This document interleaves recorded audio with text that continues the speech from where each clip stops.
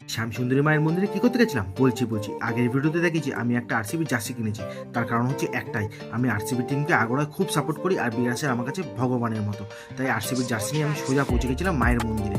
আর পুরোহিত মশাইয়ের হাতে জার্সি তুলে দেওয়াতেই পুরোহিত মশাই কিন্তু পুজো দেওয়া শুরু করে দিল। गणेशादि नाना देवता पूजा पूर्वक श्रीमद महाकाल भैरव जगन्नाथ सहित श्याम सुंदरी महापूजन करिष्यामि।